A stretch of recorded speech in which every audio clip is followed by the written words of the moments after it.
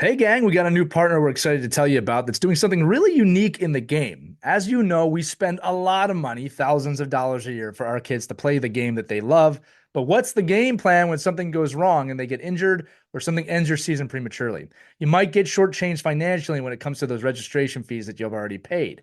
So, to help protect your team registration fees, Get Palmy has created the Season Saver, which gives you peace of mind insurance. With Season Saver, parents like you can recoup unused team registration fees if any injury or illness keeps your kid off the ice. That's not something I've ever seen offered before. It covers players up to the age of 26, so don't worry, y'all fit into that category, and can pay up to $25,000. Their Season Saver plan really can come in handy since most of the teams don't have a refund policy. It only takes about 3 minutes to sign up, and they insure multiple sports. Check it out at getpalmy.com/OKPH. Again, that's GETPOMI.com/OKPH to check out the plans for Season Saver today. It's a really great idea, and we wanted to share it with this audience, which we care about so much. Thanks for taking a listen to that. We hope you check them out and enjoy this episode of Our Kids Play Hockey.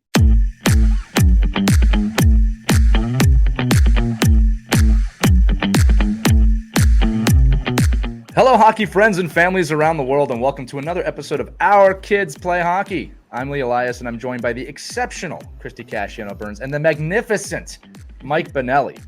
We have been asked over the years multiple times if there is a book we recommend specifically for parents on how to navigate the youth sports world. Well, my friends, we are not only going to recommend a book today, we have the author with us to answer questions for you.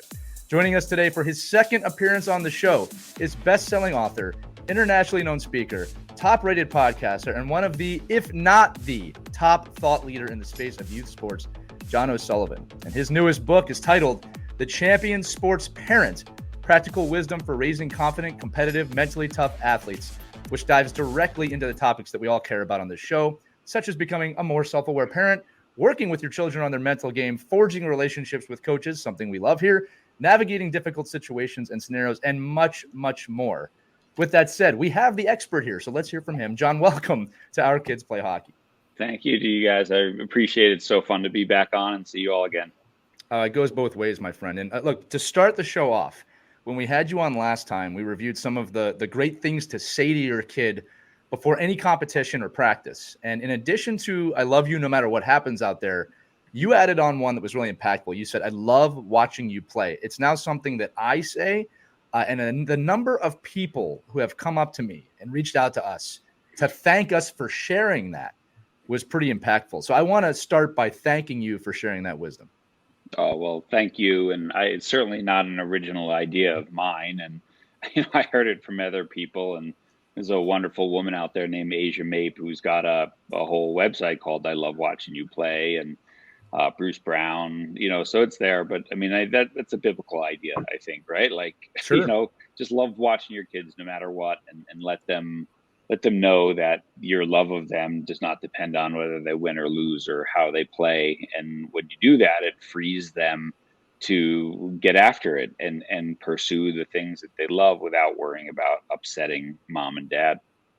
Yeah, well, the comfort that I see in the eyes of not just my children, but other children when I see parents say that, you can see it right away. I mean, the impact is there. You can see that the fear of trying to impress the parent kind of drops away a little bit. Because one of the things that bugs all of us here is when we're in the stands or on the bench and a kid makes a mistake and they give that scared look to their mom or dad for, oh my God, I made a mistake. It's not something you ever want to see. But listen, I want to turn towards the new book. That's the focus of the show today.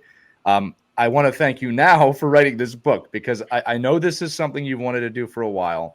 So my first question to you is, why was now the right time? And can you tell us a little bit about the research that went into this? Because I know it was pretty extensive. Yeah, so obviously, I have a co-author, Dr. Jerry Lynch. We did this book together. We did our last book together called The Champion Teammate.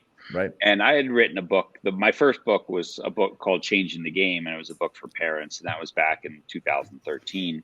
And so that one had a lot of the facts and figures and the research and things like that, and wanted to kind of do something a little bit different. Jerry and I, we had so many teams and coaches buy the Champion Teammate to do group reads and build their culture and have a great season. but they're like, man, is there anything for the parents Right. so that we could give them something alongside this? Like, hey, this is what your kids are working on, but if you work on this piece, they're going to have a better season. You're going to have better relationship, and you're going to have better conversations about it. And so, so Jerry and I, decided that like this was a good time to release this book. And so it was a great collaboration. Again, we split the chapters and then gave feedback to each other. And much like the Champion Teammate, we wanted it to be like, they're really short chapters. They're 4 pages, and then they have reflection questions at the end. And we would hope people would go and take the time to just sit down and, hey, what do I need to start doing to be this, or what do I need to stop doing, that I'm doing that's hurting my kids' performance. And so, yeah, so it felt like it was the right time to do that. And with the amount of people using our book for their high school team or their club team, or I mean, tons of college teams. I actually just had a IndyCar racing team bought 130 copies Wow. for, yeah. It wasn't So Keanu Reeves, was it? He's not. I don't think no, he's it doing wasn't. it. Wasn't Keanu Reeves. But my son's a big car guy. When I showed him the website, I'm like, they just bought 130 of my books. My son, I think I went up like a notch or two in my son's eyes, which was nice. All right. Well, let's say I want to be a champion sports parent. What are some of the traits that I need to have? What are some of the tools I should have in my toolbox? And what makes what would give you a big F on a parent? Like, how would you grade them? Like, where do they fail? Where do they succeed? And if you could give us a list of what you say this makes a champion sports parent. Right. Well, I'll say you used a really important word there, Christy, which is be, right? Like it's a Right. choice. It's something that you're going to be. It's not something that you become.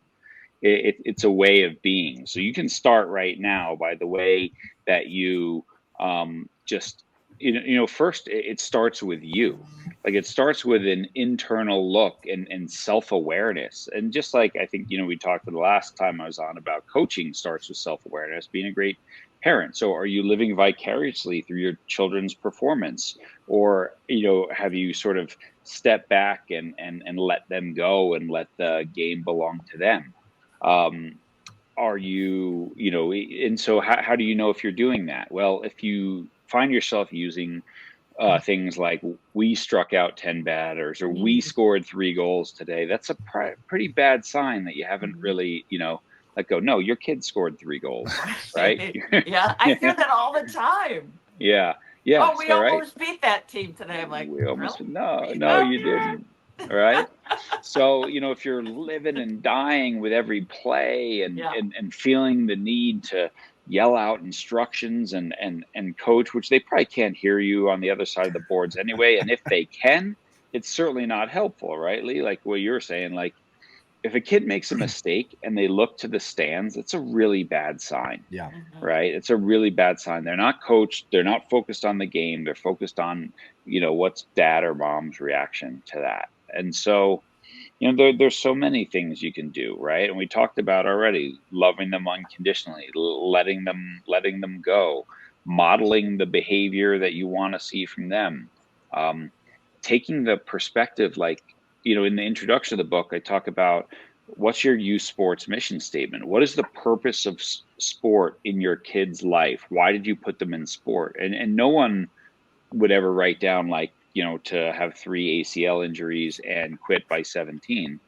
right? And so none of this is about like not competing or working hard, but hey, I want my kid to learn to face adversity and struggle through hard times and understand what it's like to work year after year to get better at something that's really hard to do, and be a great teammate and be surrounded by positive role models and all this sort of thing. This is why I put my kid in sport. And so all the decisions, where we put our kid, how we behave, what's acceptable and what's not, should support that reason, right? And that's it. And I mean, I think, not to ramble on too much, but one of the biggest ones that I see personally is adversity, right? Like let your kids experience adversity. The scariest thing for any employer is a 25-year-old who's never failed, Right. because they're going to fail, right? And so sport is this wonderful venue for them to do that, and for you Mm-hmm. to be the adult in the room and help them gain perspective around their failure and their disappointment. Right. You Yeah. know, I was just going to say, John, one of the questions we have here, you just tapped on it. One chapter that I wanted to focus on specifically is called Detachment from Control. And you're alluding to Mm-hmm. that now. Mm-hmm. And how detachment doesn't mean that you don't care. In fact, it's quite the opposite. So, building on what you just said, how can a parent recognize that they may need to review that or that they're doing that? Because I think that a lot of times parents will go, well, I don't do that. And it's like, well, you do, and you don't recognize that you're doing it. So we're talking about consciousness, I think, a bit here, right? How can a parent become conscious to that? Hey, you are not detaching, and Mm-hmm. or what questions can they ask themselves to maybe do an audit of that? Yeah, I mean, we talked about the one if you find yourself using the word we, Right. right, instead of he or she. That's one. Number two, I'm always amazed. I watch like the parents filming their kids' game and they're still yelling out like instructions. I'm like, just watch the video you just filmed. Like, could you possibly do that and be like, come on, I mean, listen to yourself. So that's it. But years ago, this woman Nicole Lavoie told me, she's like, John, parents are vampires. And I was like, what does that mean? And because I don't watch vampire movies. And she goes, well, what happens when vampires look in the mirror? They can't see their Mm, reflection. And so most people, well, that's not me, right? Well, my kid won't drop out, or my kid won't do this because my kid's different. And 3 years later, their kid does quit. And so I think that's the thing, is just this letting go of this. And one of the easiest ways to do that is, and it's easier for me to say this now. I have a college freshman and a high school senior, so I've seen the whole youth sports journey. But sport is not something that ends when you're 18. Like, the sport is something I want my kids to do their whole life. Right. I'm 52, and, I still ski and bike, and I don't really play soccer anymore, but, I still do these things. I had my friend here talked me into pickleball this week, and, and Oh I was like, no. oh no. You Um, sucked. but, but anyway, it's like, you know,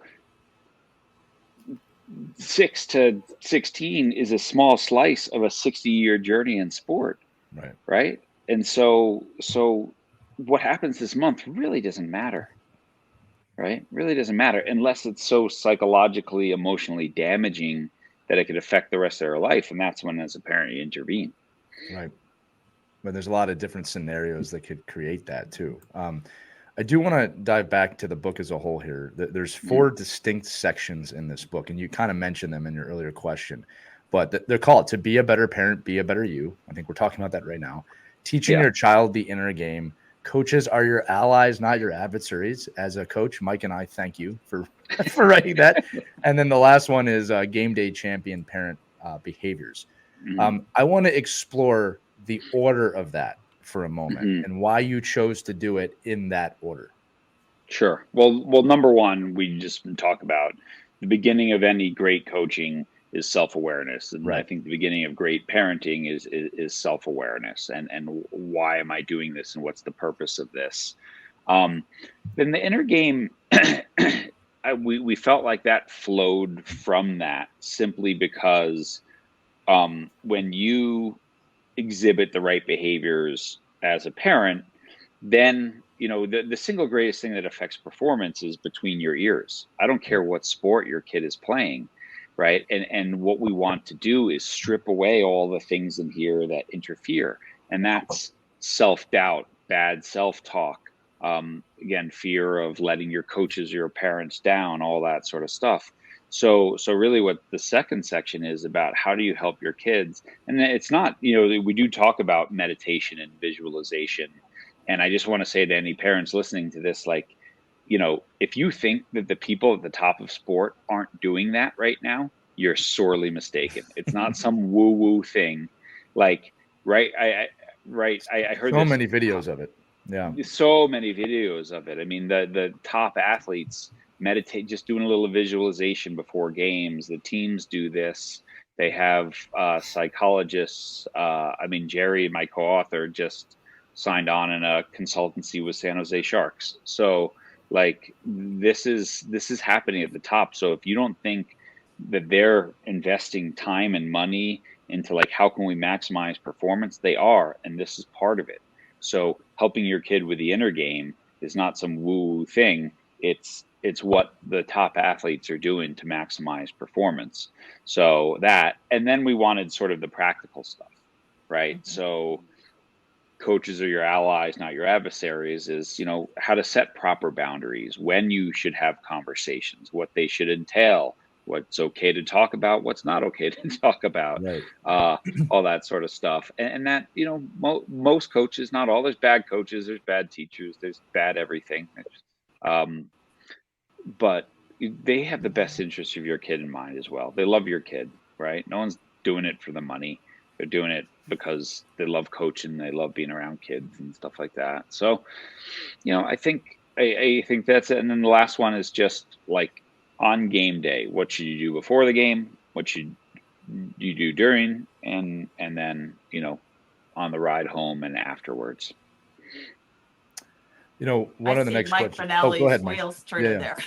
Yeah. Mike, did you want to jump into the question? It looks like, oh. No, well, I mean,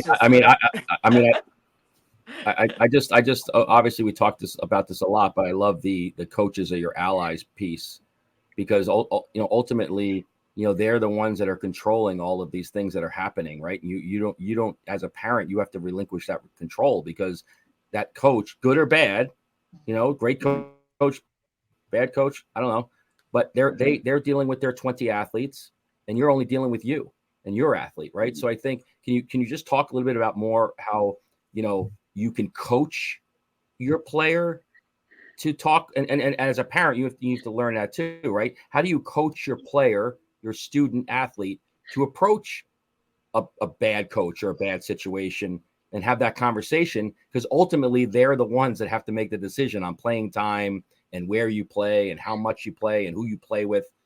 You know, that's something you really can't control until when, I guess, the season ends most of the time, right? Yeah, and I think, Mike, that's such a important point. Number one, that your child gets 100% of your attention and 1/20th of your coach's attention, or 1/16th, or however many on the roster, right? When your kid's on the ice, there's the coach is watching 6 people on the ice and you're watching 1, right? So you're going to see things that the coach doesn't see. And when they don't see the same thing you do, it doesn't mean, you know, that, oh, that kid took a cheap shot of my kid, why didn't you do anything? I didn't see it. Doesn't mean they don't care about your kid. It means that they're coaching other people at that moment, or they're looking at a different part of the game. I mean, I think great coaches oftentimes they're not coaching the person on the puck. They're looking at the positioning of people around the puck. And hockey, like soccer, which is what I coach, is about understanding space, right? How much time does a hockey player have the puck in a game? A minute, right? If that, right? If that. So it's really, if that. So if there are other 20 something minutes on the ice, it's about understanding and finding and exploiting space, right? So that's number one. And then number two, sorry, Mike, I'm just slightly spacing your second part of your question there, which was super important. What was that?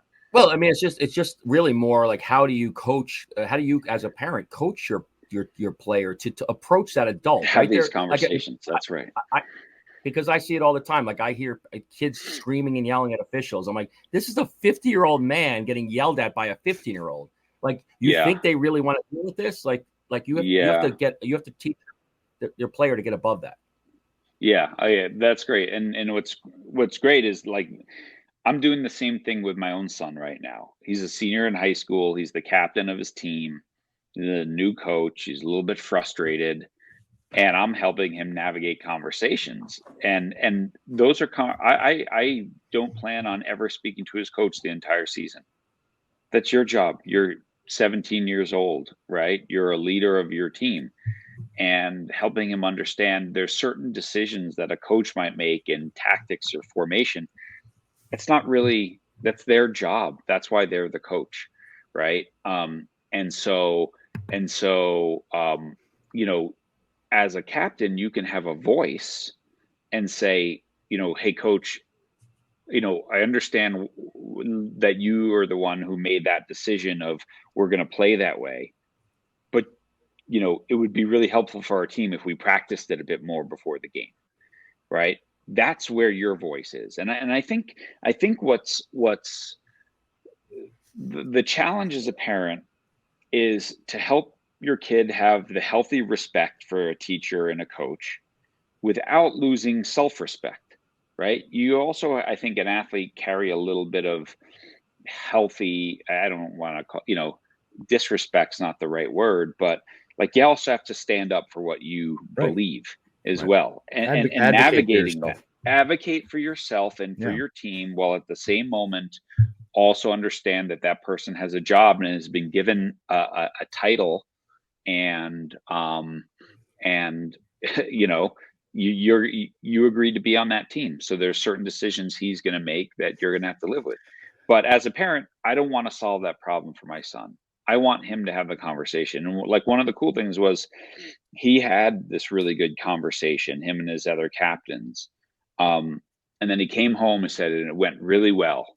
And I said, did you send him a note saying thanks for having that talk, coach?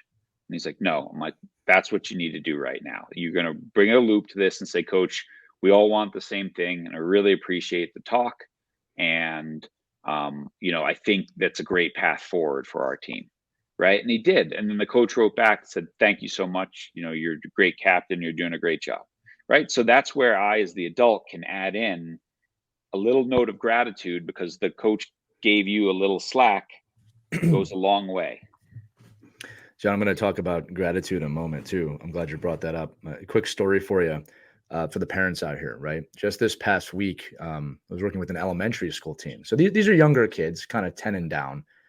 And we were in a situation, and parents, listen, this also is a great example of how we were watching all the kids, and we're not always focused on one kid. But there was a situation where we had two teams, an A team and a B team on the ice at the same time, and we were rotating some kids through both teams, right? Just to see kind of how they fit into these different environments.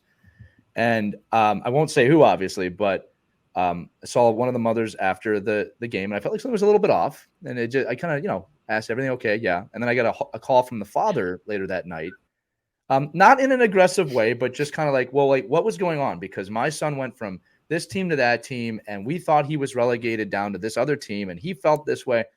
And so I, you know, I explained the situation to them, obviously, of like, look, we were just looking at different kids. I understand your point. But I said to him, what I want you to do is tell your son that he can always come up to me and ask the question, because I would never put a player in a position where I want them to feel that way, but I want him to do it. And I did tell them too, you can always ask me as well. But I said, I want you to teach him how to come up to me and ask me, what are we doing? This doesn't feel right. And I think I could have explained it to him very quickly in a way that he would have understood. But parents, we have to give our kids the confidence to do that. And coaches too. There's two sides to this, right? You know, coaches can be egoic, right? If a young kid or a 17-year-old comes up to you and says, can I talk? The answer should almost always be yes, if it's the right time and place, obviously, right? You're not going to do this in the middle of your locker room speech. The term I use a lot of times too, John, is you have to learn how to speak to grownups with younger kids, right? And I kind of dangle the carrot of if you can learn to do this, you'll get a lot more things if you can learn how to do this. But I wanted to share that story because it's a great example of everything that we're talking about, and that parents, and John, again, I'd love your thoughts on this too. You play a role in helping your kids, no matter how angry you are or frustrated you are, and having that kid go up to the coach and ask a question. I think 9.9 out of 10 times the coach will be there for your kid to answer that question. I think it's very rare nowadays that coach is going to say, you don't know what you're talking about. Get out of here. You're a horrible teammate. Like that. I haven't seen that in years, right? Maybe 20. Yeah. I mean, there's still the odd dinosaur out there who does it. And I always say to them, like, really, if your kid was struggling in math and you call the math teacher and they said, get the hell out of my classroom, it's none of your business, that would Yeah. never be acceptable. Yeah. Right. So yeah, as coaches, we have to do that.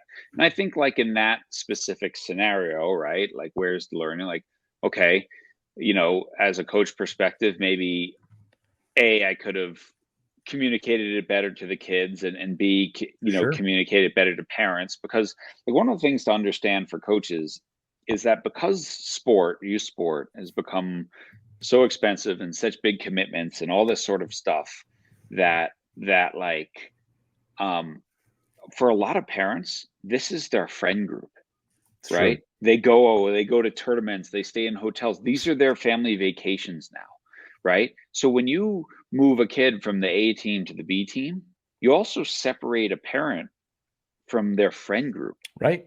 You're And right. so there's going to be pushback because I don't want new friends. I like those friends. I like those people. So parents will do what's not best for their child's sport development in order to keep their kid in a group where they don't get playing time, they're Right. really struggling physically, whatever, technically, whatever, because they don't want to change friends. So I think Yeah. that's just important as coaches to remember that Right. whenever you're moving kids up and down, even though you're going, hey, it's just more playing time, this is great, we're just letting your kid play, parents are going, what's happening? Right. We're losing our The place. the other thing that I said to that parent, and I should have said this when I was giving the explanation, was I said I could have explained that to him better during the drill. And I Yeah. wanted them to know that, because that was obviously a gap in my vision that day. And I wasn't thinking about it. Right. Yeah. And, I appreciate when parents come to me and make me see those things, because you're right. Like I missed that. I could have communicated that way better that day. So that kid didn't feel that way. But that's part of the process. It's a community. And I want to go back to Christy, because we've talked about this before over the years of hockey. It's not just your friends. I mean, these people become your family. They do. Yeah. Yeah, they do. It's such a tight bond. It's a community. And Yeah. we all lean on each other. And in times when we're having, success, if we have birthday parties, they show up. In cases where there's heartache or tragedy, your friends, your hockey community shows up. So, I mean, I trust you to take my kid to a tournament for the weekend and take care of them. Just take Like, them. yeah, Just take them yeah. along. right. Just take them. Yeah. Yeah. And so 100%. it's hard to leave your circle, Yeah. even though it may not be the best situation for your kid as far as where they need to be placed. There's a lot of other dynamics that come into play too when you're making that decision. Like, I know that I can rely on, Joe and Kelly to take my kid to a tournament. If I hop to another team, is that going to happen? Or my So practice carpool or whatever it is. There's a lot exactly. of Yeah. pieces that So play into it. there's a lot of pieces. So it's tough, when you're trying to decide, do we jump? Do we keep them here? There's all that to consider as well. Mhm. Yeah. Yeah. I'll say it takes a village, and I say that to the parents a lot on the teams that I coach, of that we have to work together as parents, as coaches, as adults to help raise these kids. I just had a conversation with a coach the other day. He's been about 5 years into his coaching journey. And I said that, when you get to kind of that 20-year mark, you start to realize a few things. One is that the team you're coaching, you're not just coaching them for this season or this next game. You're coaching them for a long time, like lifetimes. And I said, one of the things I've learned is I have players I coached 15 years ago now still call me coach. They're having kids, and that relationship is still there. Or they'll say to me, hey, you remember this thing you taught me, at the turn of the century? I'm applying that to my life now. So from a macro standpoint, and parents, this is the whole parenting journey, right? We're coaching them for more than just this season. John, I did want to come back to gratitude because you mentioned it. There is a whole chapter on gratitude in this book. And one of the things I want to tap on was that gratitude affirmation, because I have one of those. I was actually surprised to see it in the book. I say it every day, sometimes multiple times a day. The ability for it to center me, bring me present, to calm me down is amazing. So I wanted to explore with you the importance of gratitude, but also how parents can start to make their own list. Because I think this is something that if parents do, kids will do. And I think it makes a better human race, much less hockey players. Yeah, I mean, think about, right, just the fact that you are in a scenario where your kids can play hockey and they have great coaching and they're surrounded by great teammates and all that. Like, you have so much to be grateful for right there, that you have the means to get them there and to the vehicle to get them there and all that. Um, and so teaching your kids, just like, I taught my son in that moment, you should say thank you to your coach for doing that, Right. because he didn't have to do that. Um, one of the activities that I do with like the college teams that I work with is we'll sit down before a meeting and I'll be like, all right, send a text to someone who's meaningful in your life, could be a parent, a coach, or whatever, and say, um, I don't say this enough, but dot dot dot, and send Right. them that thing. And then sure, turn your phone off and we'll do our 60-90 minute session as a team, right? And then turn your phone back on and what are the responses you get? Yeah, and some people will share. But inevitably in every college team, there's a parent who writes back and says, "Are you drunk?" you know, you know, Are you okay? and are Yeah. you okay? Right. And the lesson there is, you're not saying this enough. Right. If you're saying thank you to someone, um, and they're thinking that you're on drugs or you're, in trouble, that's a lesson, right? And so, Jerry wrote that chapter, and Jerry talks about this all the time, but Jerry lives this all the time. And the amount of just the one-off text that I'll get from him, just, John, so grateful for all our work together and what we get to do and everything. It's like, I mean, and those things inevitably, like, I really needed that today. Yeah. You get that at these crazy times. So making that a habit and teaching your kids, like, once a day, find someone in your life and just say, thanks for being in my life. I just really appreciate what you do. And it often comes back to you tenfold. And then you start looking at not all the what's bad about this, but what's good about this. Like, Right. look at all the things I do have instead of focusing on the one or two things that I wish I had. I love that. And it's funny is we record these shows on Monday mornings, and Mike and Christy, I hope I tell you this enough, but I'm so grateful that we get to do this every Monday, because, like, what a great way to start the week. And Are I think you you guys, okay? I'm okay. Yeah. I'm great. I really needed that today. No, what's funny is I Awful think, early to be drinking here. yeah. You don't know what's in this mug. It could be anything in this mug. No, I joked a few years ago about how often I say I appreciate you to people, and one of my teams made a drinking game out of it. That anytime Lee says I appreciate you, and I was kind of bashful at first, but I remember thinking, like, actually, that's pretty cool that they equate that with me. But the truth is this, for everybody listening, and John, you alluded to this. It just fills your tank up when someone does that for you, and we don't do it enough. And I always challenge. I've said this on previous episodes.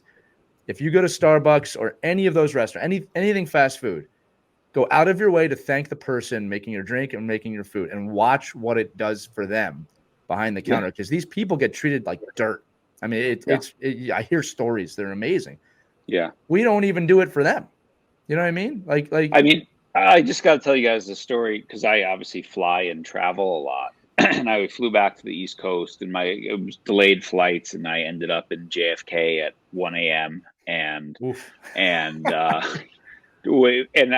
have, like, high status with Avis, so usually there's a car sitting there for me, but there's not, and then I have to go in and wait in line, and all the people, and there's one guy working, and he's just getting yelled at by everybody, and he's just miserable. He's not working any faster because you're yelling at him or whatever, and so, like, I went and I grabbed like a Snickers bar out of the vending machine, and I got up to the counter finally. And I'm like, hey, man, how you doing? Like, you doing okay? I just got this for you. I'm sorry everyone's treating you like a jerk. Like, what else are you supposed to do? You're here by yourself. You should have help or whatever. He's like, thanks, man. You like driving Camaros? Here you go. And the next thing you know, I got a sweet rental car, and that's not why I did it. But it's like, it's like, I'm just grateful that I'm going to have a car so I can get out of JFK at 1 a.m. and perspective. Right. Yeah, exactly. So better things come from gratitude. No, that's very poignant. Thank you for sharing that, because we don't do that enough. You're absolutely right.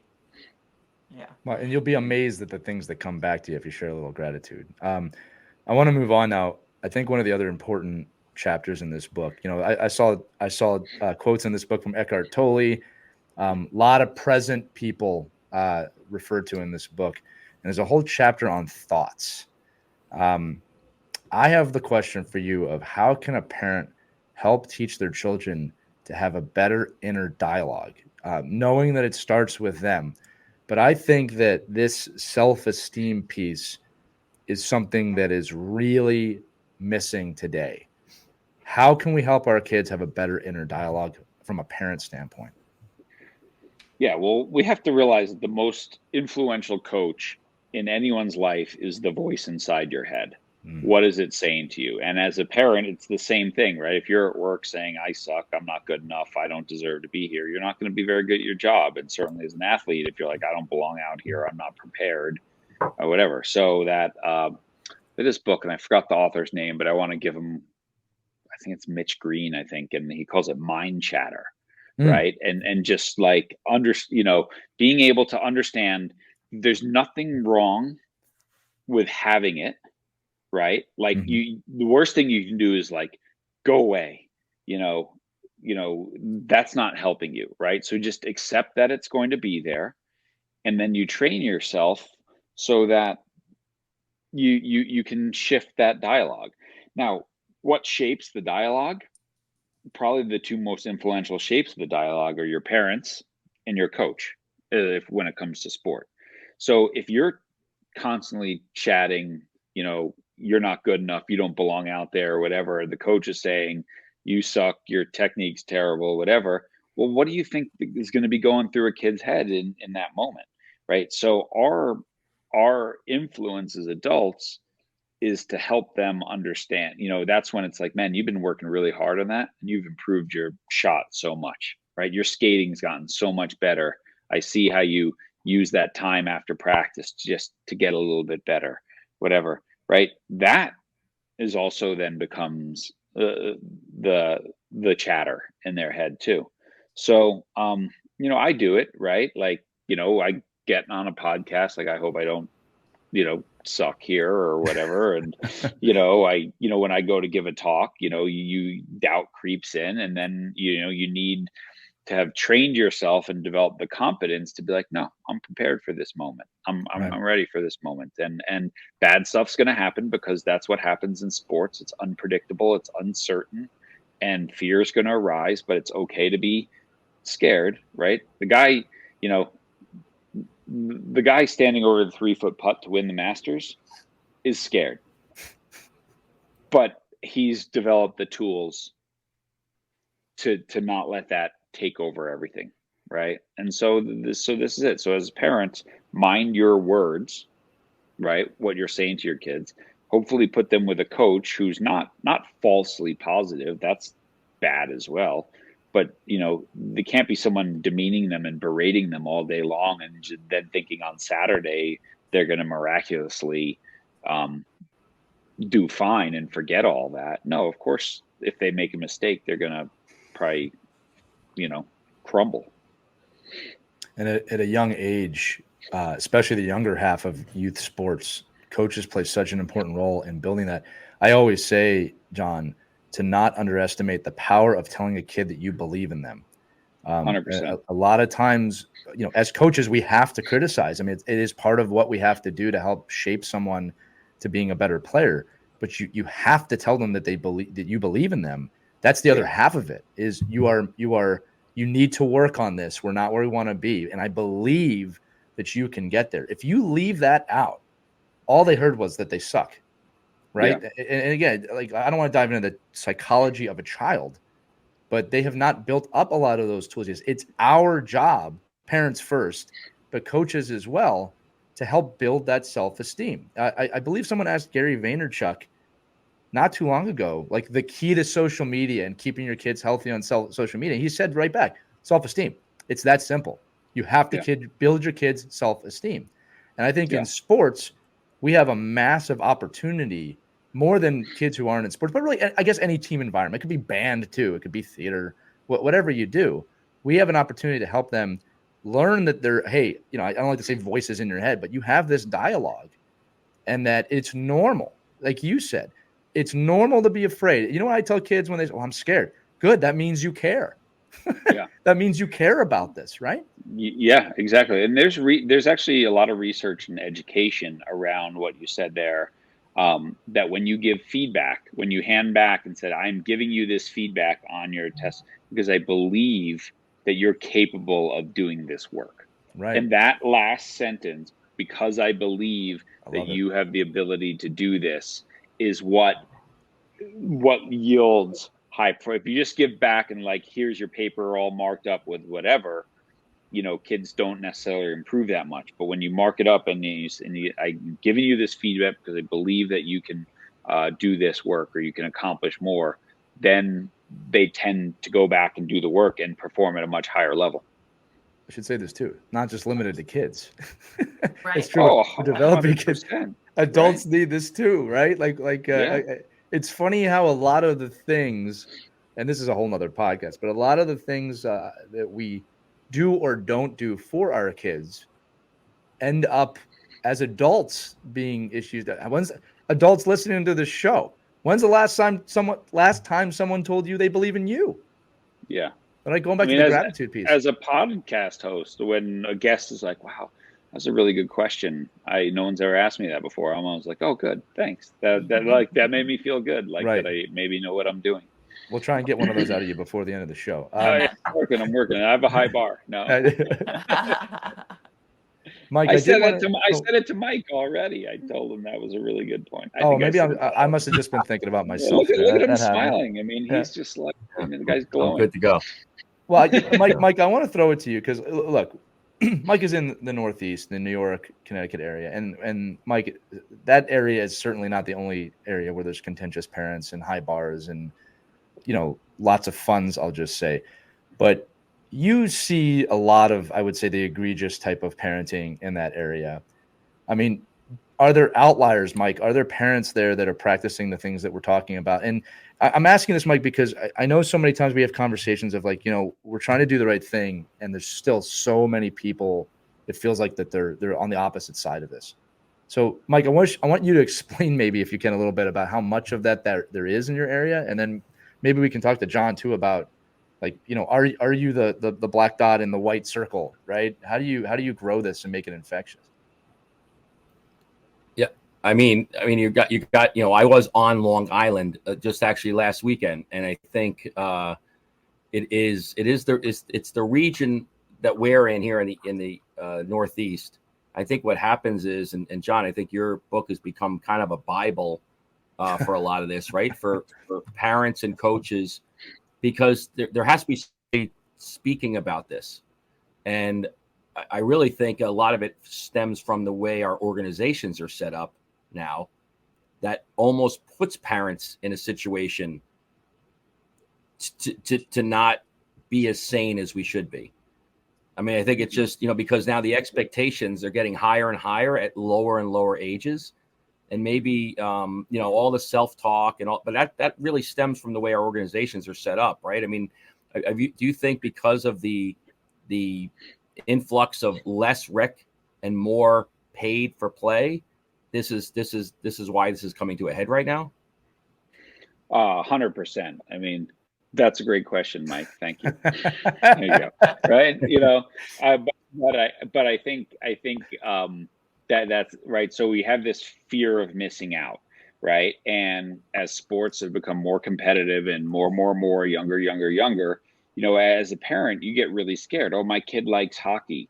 And we just had a great season and he's on this team. Oh, wait a sec.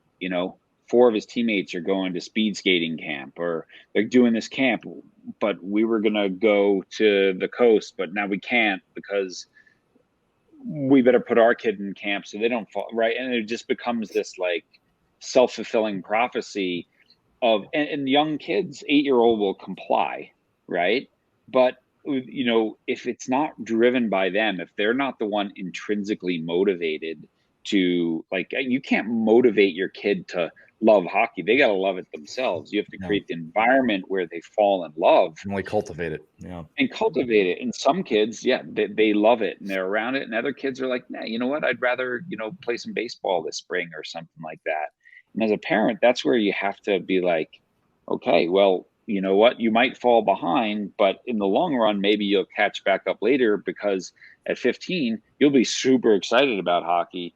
And those other kids who have just played hockey 12 months a year are like, they're done, right? And like, to me, the scariest thing is you see like a 12-year-old showing up for practice and they're not excited to be there, right? Because their whole life is just scheduled and filled, and they've lost, to go back to Christy's early question, they've lost control of the experience, right? It's just their parent, you have to do this, you have to do this, you have to do this. And so, yes, being a Long Islander, it is an epicenter of this keeping up with the Joneses, don't miss out. And it's not just in sports, it's in academics, it's in everything. And there's because of social media, because everything's so public, there's so much, it's so easy to compare yourself to everything else. And so it's just that ability to take a deep breath and be like, if my kid wants this path, I will help them on this path. Right. And understanding, okay, well, what do you want if my son, or daughter, like, what do you want out of hockey? Well, if you want this, you might have to do this, right? And these were the conversations that I would have with my kids when they were like, I think I want to play college soccer. Or I'd be like, okay, great. Well, you see that player over there wants to play college soccer? 3 days a week, she's doing extra stuff and you're not. So you either need to do that, or you probably shouldn't say, I want to play college soccer, right? And that's okay. There's nothing wrong with not wanting to do that. But don't, so as the parent, I give them that perspective. Like, right, if you want this, then you should do this. But if you don't want that, hey, no problem. I don't think enough parents have that conversation with their kids. Yeah. Frank, honest discussion, and even letting them know, if you don't want to do this, it's okay. You don't want to go to that clinic or, be at the rink 5 days a week. That's okay. I don't think enough parents step up and have that conversation with the kids. I agree with you, Christy. Because I think a lot of parents are, I don't like to always say the term living through their kids, but they don't want it to end because of, full circle here. Their friends are there. The other kids are there. They don't want to be looked at as a quitter. Right. And the thing is that, at least in my estimation, while I care a lot about the other families, and I really do, and the kids, I'm not in this just for that. My kid is primary. And I think we said on an episode once before that really every season you should be having that kind of tap of, hey, we good? You like this? You're enjoying this? And right, asking great questions of your kid. Right. Look, I am obsessed with hockey. I have no problem admitting that. I love this game so much, but I have gone out of my way and knowing that this might hurt me to say to my kids, this is something that I love. Right. It may not be something that you love. And I want you to make sure that you do love it if you're going to keep doing it. Now, thank goodness it seems to have gone that way, that my kids come up to me. I loved it. I love playing. But my daughter says, I love softball. And my brain goes, you know what? Let's do more softball then, because that's what you're telling me that you love. Where I could be like, you're a hockey player, no softball. That's it's now very made it easy about to me. get clouded, and sometimes it's tough to have that clear vision. 100% as a parent. John, I want to bring this up too. You're asking great questions. I say this a lot. Great questions just demand great answers. Throughout the book, there are a lot of great questions, right? For parents, right? Of what is my purpose in this youth sports journey? I love that at the end of many chapters or several chapters, you ask, basically, what am I doing well? What can I improve on in these situations? Not that we have enough time to do this, but do you have some just great questions maybe that parents, almost like a pretest before reading the book, can start to ask themselves or ponder? Because everybody should be getting this book for obvious reasons. But what are the great questions parents should be asking? Yeah, so all the chapters have these questions at the end, at least sort of, 2 or 3, right? Reflecting on what you just read. And then, like you said, what do I need to start doing that I'm not doing to, as we, express more gratitude, for what we have. What do I need to stop doing that we are doing in order to do this? So for every chapter, every piece, we go through that, right? For your, what I need to start doing on the sidelines of my kids' games that I'm not doing now in order to give them a better experience. What do I need to stop doing, right? And like no Right. kid that I've ever met is like, yeah, it's super helpful when my dad yells at the officials, right? So it's like, so it's like, it's just these little reflections. And my expectation is that any parent who cares enough to pick this up is going to, in a lot of things, go, no, I think I'm doing pretty good here, which is awesome, which is great, right? And so that's why they're short chapters and they're little pieces, and you might look in there and go, oh, maybe that's an area that I don't know about, or maybe I could be better at. And so it's always about reflecting. And Jerry, who's oldest kid is 40 and youngest is 30, right? And mine who are 17 and 18, and like, I'm still asking these questions and constantly like, how can I help more in this moment? How can I not, right? After a game, if my son doesn't have a great game, and if I'm upset about it and he wants to talk about the game, I have to go, you know what, this is probably not a great time to talk about it. Let's just wait till morning. Right. Right. That self-awareness that I'm not going to be able to give helpful advice in this moment is huge, versus forcing advice down his throat when he doesn't want to talk about it, which is even worse. Self-awareness is the key point there. And like, I always like to be vulnerable on the show. I struggle with that. And what I mean by struggle is that every time I get in the car, and I will pat myself back. I rarely, if ever, bring up the game or the practice, but it is hard for me to get in that car and keep my mouth shut. But the self-awareness piece of, Lee, don't do it. Right? Like, and I had to teach myself to do that. And the only reason I'm bringing that up is because, look, it is still a struggle for me, and I'm 5 or 6 years in with my own kids now. But that's the point, right? This isn't easy. It's like you don't just snap your fingers and become an emotionally aware and supportive parent. This is something you have to work at. And I like to joke that you don't achieve it. You might get to a level with it, but you got to keep working on it, right? Like all men. It's a way of being. Again, you're not. It's not something you're going to become. You're just every day you're making that choice, and you're going to screw it up. And I've 100%. probably screwed it up more than you, Lee, and just I've written 2 books on it, right? And it's like, but that's also an important moment when you do screw that up, is be like, you know what, I'll come back later because I know, that my son or daughter is upset, and come back later and be like, you know what, I just want to say sorry. Yeah. That didn't come out the right way.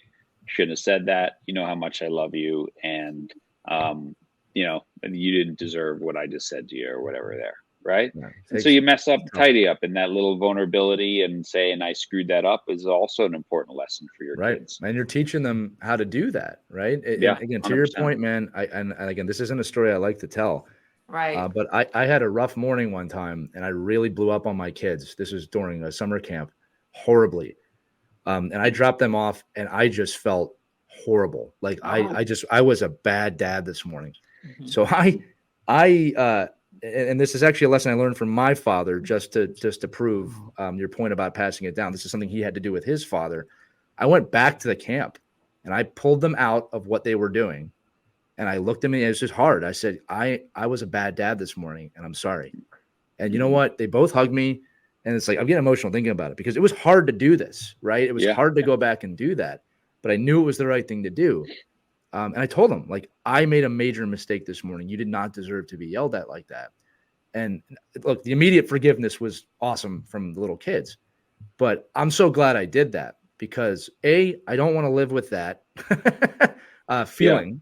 B, the thought did creep through my mind of, what if something happens to me today? And that's the last interaction I ever have with them. And that scared the hell out of me. Right. And we never know.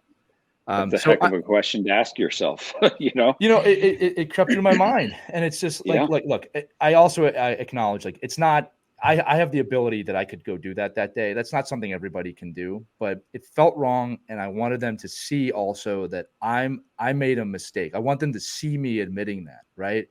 Because let's be honest, parents, we all question. Did you do this? Did you do this? Well, if you're not willing to admit Yeah. anything you did wrong, why would they? Right. Yeah. So again, wow, tough. I didn't And expect I that mean, to make me so emotional. but you know what? As a coach, as a parent, you might not have the ability to drive back to camp. But Right. if your kids have a phone, you can send a quick text. Man, Sure. I screwed up this morning. I'm sorry. Right after practices, if I didn't catch a kid at the end that maybe I was a little hard on, I'd send a note just being like, hey, man, There's just always a way. wanted you to know that. You know, I read this definition, and I think this is important for people to understand. It was a definition of trust, right? As a coach, as a parent, we want our athletes, we want our kids to trust us. And it said trust is the ability to predict how someone's going to behave in every situation. So I as a child, I need to be able to predict how my parents are going to react, you know, if I spill my cereal, right? And if one day you laugh and the next day you smash the bowl on the floor, that creates a very uncertain child, right? If if I'm fooling around in practice or whatever, and coach is fooling around with me on Monday, and then on Tuesday rips my head off for fooling around, well, like, I don't know what's okay here and what's not, right? And so that consistent behavior. And so, like, for me in the car after a game, my daughter would always be like, Dad, how did I do? She always brought it up. My son has never once brought it up. He's like, Dad, where's the food? And then that's it, right? And it's like, so when my daughter would bring this up, regardless of how, if I thought she had a great game or a poor game, I would always say, well, what went well today? And, well, what needs work? What didn't go as well? Right. And what can you focus on in practice this week? Best game, worst game, there's always something to learn. There's always something that went well. There's always something that needs work. And that consistent response, I think, didn't ever make her afraid to ask, how did I do? Because, she knew how I would respond in that moment. I love that. You bring up a good point. If your kids want to talk about it, we always say don't coach on the ride home after a game, but there are times where the kids bring it up and they want to talk about it. And I think that you can have healthy conversations if they bring it up and they want to talk about it. Without as long being as you're judgmental. not too emotional to have a rational conversation, then please do. And I want to bring this up real quick. We're getting close on time here, so I'll keep this brief. I've had the opportunity to speak to a lot of older retired professional athletes who almost all grew up in a time when they would get in the car, their parents or dad would say, "You sucked today. You were horrible today." And there was a time in their career they'd say, "Well, that really motivated me to try harder." But now that they're retired and they're past their pro career, there's not one of them now that says to me, "Man, that was great. I'm so glad that they pushed me." They talk about actually the emotional scarring that caused, and that they probably would have pushed just as hard having not heard that. It's the type of person that they are.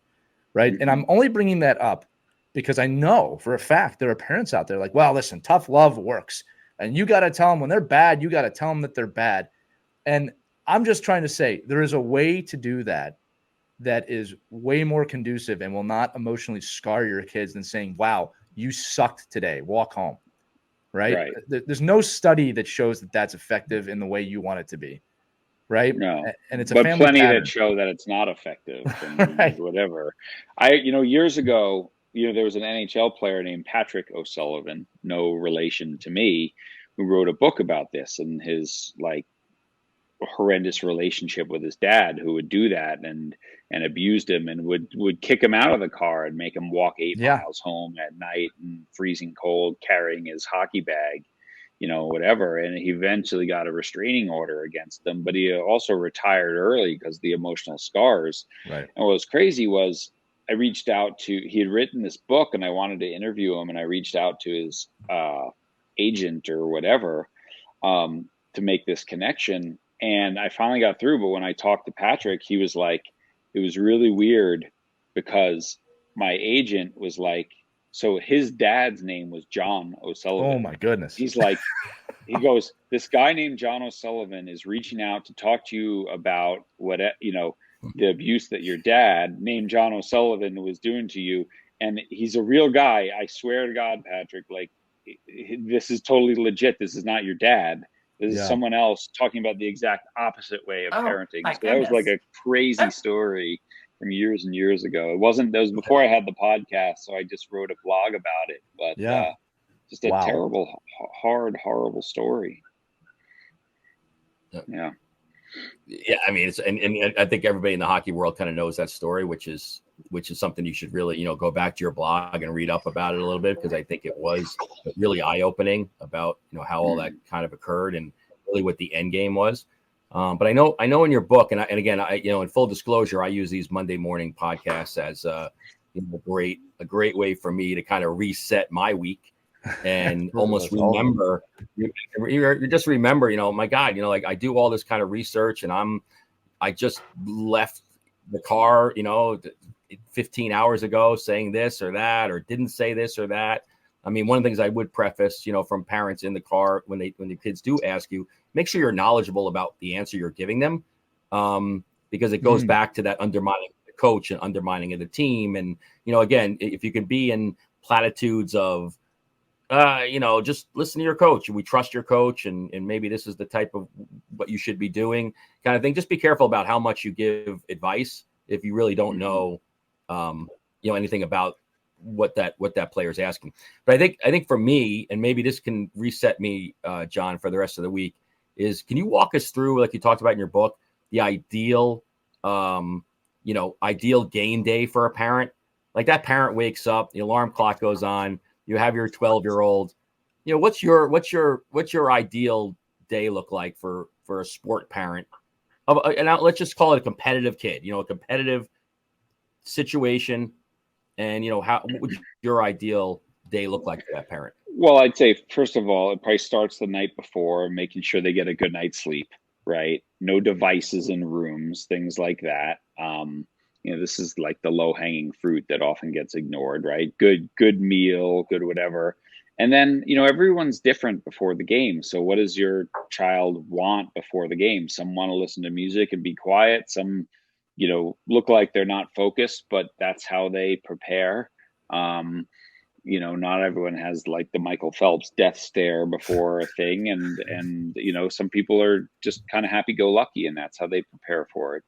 Right. And then it's like, don't, to get back to like stripping stuff away, don't put a bunch of stuff in their head about their opponent or whatever. That was the coach's job, and the coach has done that. So just like let them be a kid in the car before the game.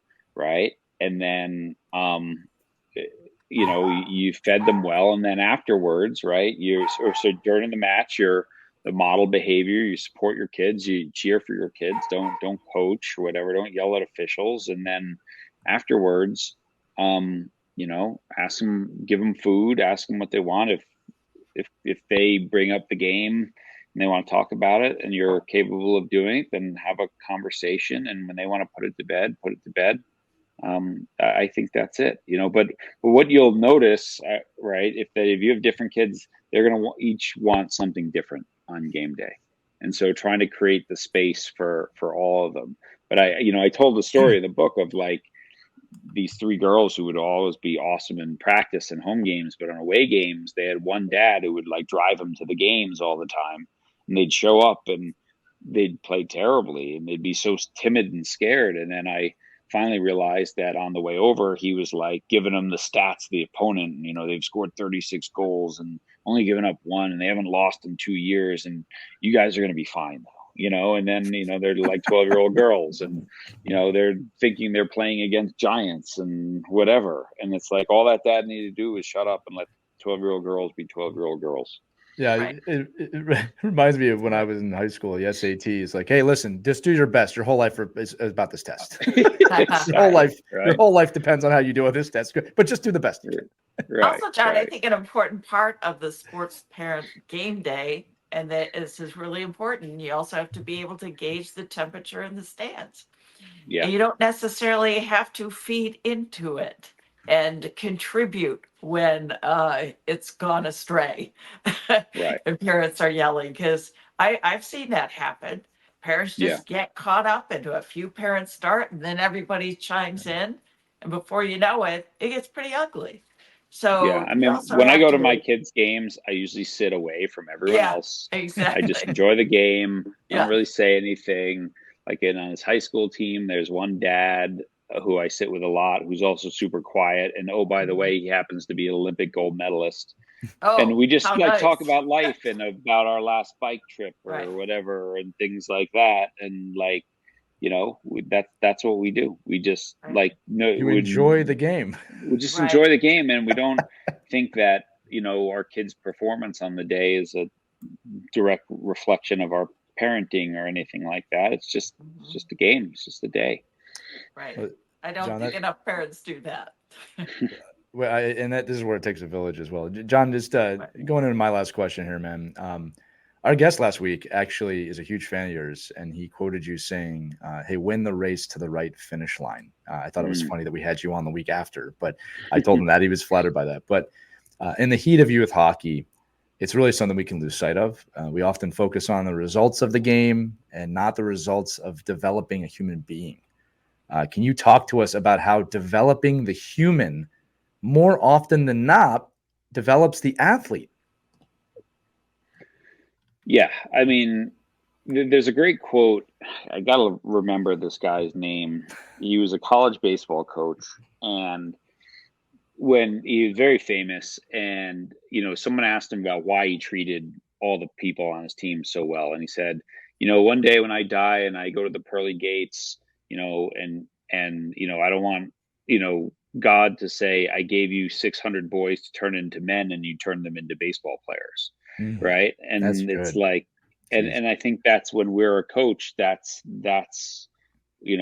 what we're doing. Like we are tasked with developing the person first, because the chances of anyone going pro on our team are very close to zero, and maybe being a college athlete is a single digit percentage, and a high school athlete maybe it's a little higher, but it's like, but the fact that they all going to grow up and can take what they learn in these moments to become moms and dads and accountants and lawyers and firefighters and whatever, like that's what we're doing, right? And if we do that, it certainly doesn't hurt their chances if they happen to have the genetics and the drive and the hard work and the luck to be a really high level athlete.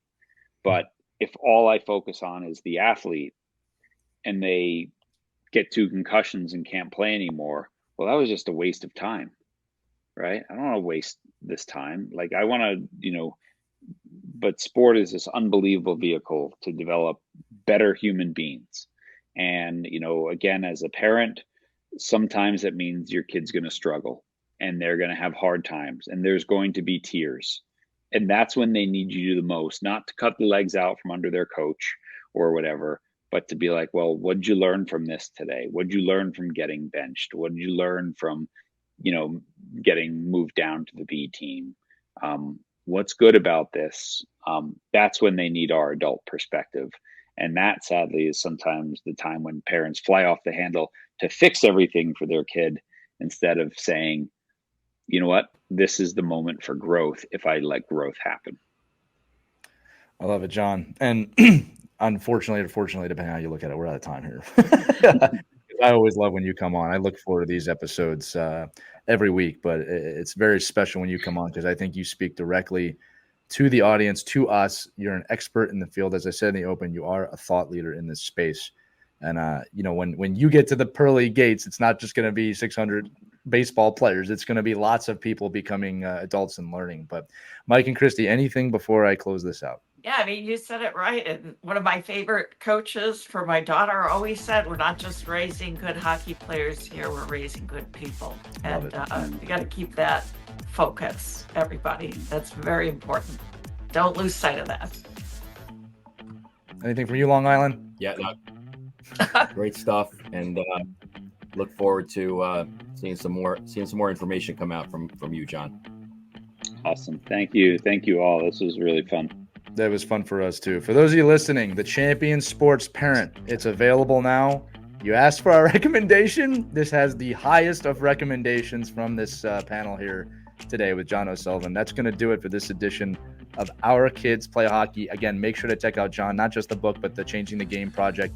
Plenty of resources and information. If you are driven to be a better parent, a better coach, even a better player, this man's resources are something you want on your radar. And if you're listening to this show, we know that you do. So thank you for making the full hour with us. We'll see you on the next Our Kids Play Hockey, everybody. Take care, skate on, and have fun.